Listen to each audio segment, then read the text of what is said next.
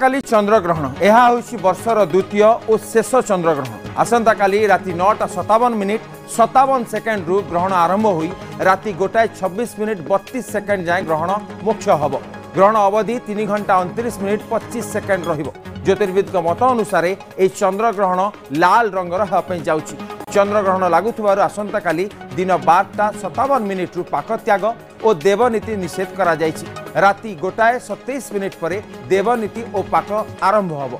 12.5 घंटा धरी पाक निषेध और देवनीति निषेध रहिबो। चंद्रग्रहण भारत समेत Asia, Australia, New Zealand, America, Fiji मध्य देखा जिवो।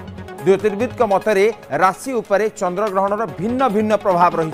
मेष, वृष, मिथुन, सिंह, कन्या, तुला, मकर और कुंभ राशि व्यक्ति यह शुभ रही।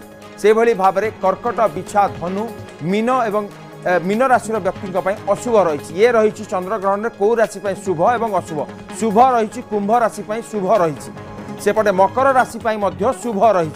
तो ये रही क्यों राशि शुभ एवं क्यों राशि अशुभ। मेष शुभ रही, वृष शुभ रही, ए राशि मान मिथुन शुभ रही। तो ये सब राशि मान शुभ रही काल चंद्रग्रहण एवं अशुभ राशि अशुभ अनेक राशि रही। तो ये रही जो भाव में आप देखिपे जो ये राशि शुभ रही। कर्कट, बिछा, धनु और मीन राशि अशुभ फल रही कहुँ। चंद्रग्रहण स्पर्श हम राति 9:57 57 सेकेंड तार 9 घंटा पूर्वर दिन 12:57 ठारू पाक निषेध देवनीति आदि बंद रहिबो। तत्सहित आमर सर्वमुख्य हब रात्रि 1:26 32 सेकेंड। तत्पश्चात रात्र 1 घंटा 27 मिनिट ठारू पुनः आमर स्वाभाविक भाव प्रक्रिया जमती थिला सेमिति चलिबो। चंद्रग्रहण समय भिन्न भिन्न राशि पक्षरे भिन्न भिन्न प्रभाव पड़ी थाए। जेमिति कि आपण ग्रहण दर्शन रे शुभ रही मेष, वृष, मिथुन राशि, सिंह राशि, कन्या राशि, तुला राशि और कुंभ राशि पक्ष शुभ रहिबो। ग्रहण शुभ अशुभ क्षेत्र में कर्कट, बिछा, धनु और मीन राशि पक्षे अत्यंत अशुभ मना जाए।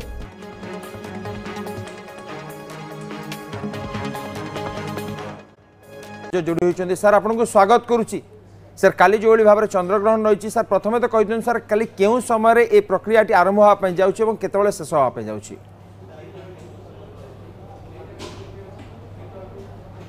प्रक्रिया ग्रहण स्पर्शर 9 घंटा पूर्व आरंभ हुए।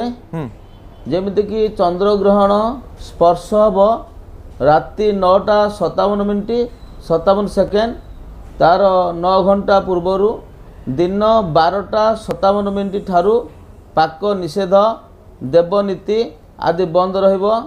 तत्सहित आमर सर्वमुख्य हब रात्रि 1:26 32 सेकेंड। तत्पश्चात रात्र 1 घंटा 27 मिनिट ठारू पुनः आमर स्वाभाविक भाव प्रक्रिया जमती थिला सेमिति चलिबो। चंद्रग्रहण समय भिन्न भिन्न राशि पक्षरे भिन्न भिन्न प्रभाव पड़ी थाए। जेमिति कि आपण ग्रहण दर्शन रे शुभ रही मेष, वृष, सही कथा नहीं पचाजु कारण सेटा बड़ कथा रहउची कि शुभ अशुभ कनी कि लोक भीतर अनेक प्रश्न रही। राशि पक्ष शुभ रहिबो। सर से शुभ कथा शुभ अशुभ प्रथम शुभ कथा डी सर कहि दिथां। ग्रहण दर्शन शुभ अर्थात ग्रहण दर्शन शुभ अर्थात ग्रहणर जो समय रहिबो राति 9:57 रु सर्वमुख्य पर्यंत रात्रि 1:26 पर्यंत विशेष भाव पूर्णग्रास जोटा मध्य समय डीप रहिबो रेड मून रहिबो रात्रि 11:41 45 सेकेंड रेड मून आप देखिपारे। से समय पर्यंत विशेष ग्रहण महाजागतिक दृश्य रहिबो। किंतु महाजागतिक दृश्य होची ग्रहण अवधि होची 3 घंटा 29 मिनिट 25 सेकेंड। ए शताब्दीर सबुठारु सर्वबृहत चंद्रग्रहण 100 वर्ष पर एभली ग्रहण आपणकर पड़ी। तेणु ए ग्रहण समय भिन्न भिन्न राशि पक्ष भिन्न भिन्न प्रभाव पड़ी थाए। किछि राशि पक्षे आपण शुभ थाए, किसी राशि पक्ष अशुभ थाए। शुभ राशि भितर मेष, वृष, मिथुन, सिंह, कन्या, तुला, मकर और कुंभ राशि पक्षे अत्यंत शुभ विशेष भाव मिथुन राशि ग्रहणटी अत्यंत शुभ बोली मना जाए एवं जो राशि मानकर ए ग्रहण रे शुभ अच्छी से माने 3/3/2026 मसीहा पर्यंत आउ गोटे ग्रहण आसवा पर्यंत प्रायतः से गोटे एनर्जेटिक पॉइंट रे से पहुँचे जेकोसी कार्य थी अधूरा कार्य ताकू संपन्न करने ये ग्रहण खोराक जोगेब तथापि ताकू अधिक शक्तिमान करने गोटे मंत्र अच्छी प्रायतः ये राशि विशेष माने मेष वृष मिथुन सिंह कन्या तुला मकर कुंभ राशि व्यक्ति विशेष माने जदि पाठ करेंगे अगणित थर तेबे तांको पई जहाँ भी किसी समस्या थाए ता लाघव एवं शुभत्व प्राप्त करेंगे। वंदे गोविंद देवस्य नाम नारायण सदा अवधूता भी जदुचार्य मुक्त पापोप्या जालिमेणा अर्थात तो ये मंत्र होची आमर शुक्र ग्रह सॉरी राहु ग्रह को खंडन करने ये मंत्र अच्छी वंदे गोविंद देवस्य नाम नारायण सदा अवधूतापि जदुचार्य मुक्त पापोप्याज्या मिल अर्थात यही मंत्र को समस्ते पाठ करेंगे जो व्यक्ति विशेष माने जहाँ राशि नाही अर्थात तो से भी ये मंत्र को पाठ करें या बाद अन्य किसी राशि विशेष मैंने अच्छा जो मानकर ग्रहण दर्शन अशुभ रही ग्रहण अशुभ अशुभ क्षेत्र में कर्कट बिछा धनु और मीन राशि पक्षे अत्यंत अशुभ मना जाए एवं सेमानंको पाई स्वतंत्र उपाय रही गोटे मयूर पुछ बा मयूर पक्ष को धला कपड़े आपण धला कपड़ाटी को प्रथमे गोटे नव पीढ़ा बा नुआ पीढ़ारे बा नुआ पट्टारे ताकू रखिबे मयूर पक्ष को ता उपरे रखिबे धूप दीप नैवेद्य दे पूजा करेंगे पूजा करने पर आपणकर गोटे मंत्र अच्छी ओम नमः सूर्याय चंद्राय मंगलाय च गुरु शुक्र शनिभ्यश्च राहवे केतवे नम पुनर्बार कहूँ मंत्रटी अशुभ व्यक्ति विशेष मानक पई ये मंत्रटी पाठ करेंगे अगणित थर ओम नमः सूर्याय चंद्राय मंगलाय च गुरु शुक्र शनिभ्यश्च राहवे केतवे नमः ये मंत्र को अगणित थर पाठ करंतु देखिए जो आपण ग्रहण रे अशुभ रही ताकू शुभत्व करने मयूर पुछ को आपण नव नारायण भावी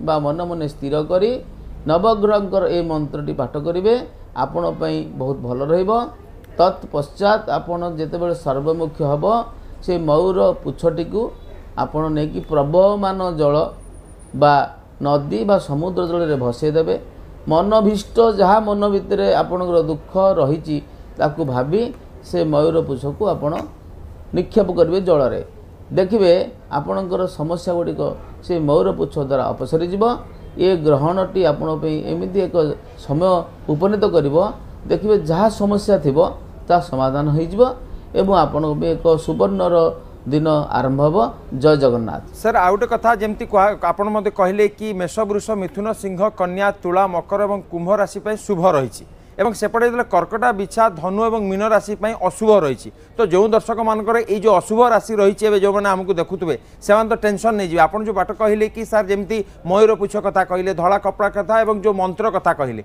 तो या कौन माने सर ये अशुभ जिनसा कौन गोटे वर्ष आउ गोटे चंद्रग्रहण पर्यंत से लिंगर कर ना कौन रही सर कारण जो मैंने देखुए से व्यस्त हो जाऊे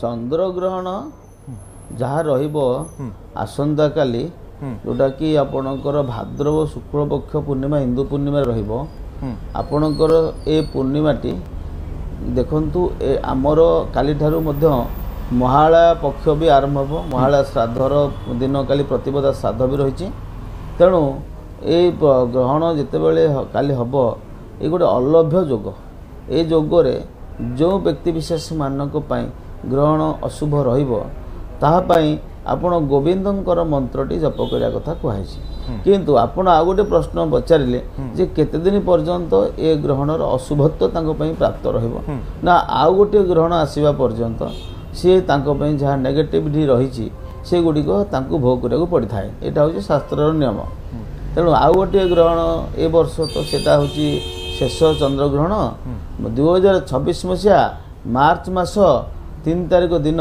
ପୁନଃ ଚନ୍ଦ୍ରଗ୍ରହଣ ମହାକାଶରେ ଅନୁଷ୍ଠିତ ହେବ। ଯେଉଁ ଚନ୍ଦ୍ରଗ୍ରହଣ ଅନୁଷ୍ଠିତ ହେବ ଉକ୍ତ ସମୟ ପର୍ଯ୍ୟନ୍ତ ଅଶୁଭତ୍ୱକୁ ସେମାନେ ଭୋଗ କରିବେ। ଅଶୁଭତ୍ୱ ଭୋଗ କରିବା ପାଇଁ ହିନ୍ଦୁ ଧର୍ମରେ ଜ୍ୟୋତିଷଶାସ୍ତ୍ର ଯାହା ନିର୍ଦ୍ଦେଶ ରହିଛି ସେଥିରେ ଆପଣ ମୟୂର ପୁଚ୍ଛକୁ ନବଗ୍ରହଙ୍କର ଦେବତା ମନାଯାଏ।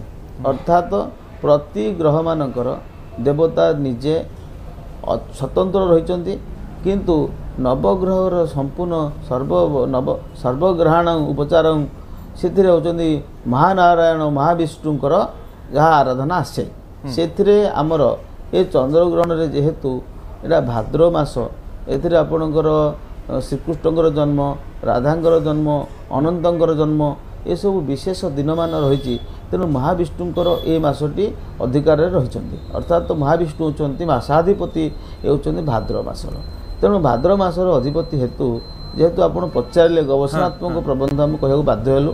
ତେଣୁ ଏଥିରେ ନବଗ୍ରହଙ୍କୁ ସେ ସନ୍ନିବେଶିତ କରିଛନ୍ତି, କିନ୍ତୁ ନବଗ୍ରହଙ୍କର ସ୍ୱତନ୍ତ୍ର ମନ୍ତ୍ର ରହିଛି। କିନ୍ତୁ ଚନ୍ଦ୍ରଗ୍ରହଣକୁ ନେଇ ଏ ମନ୍ତ୍ରଟି ଦେଇଛି।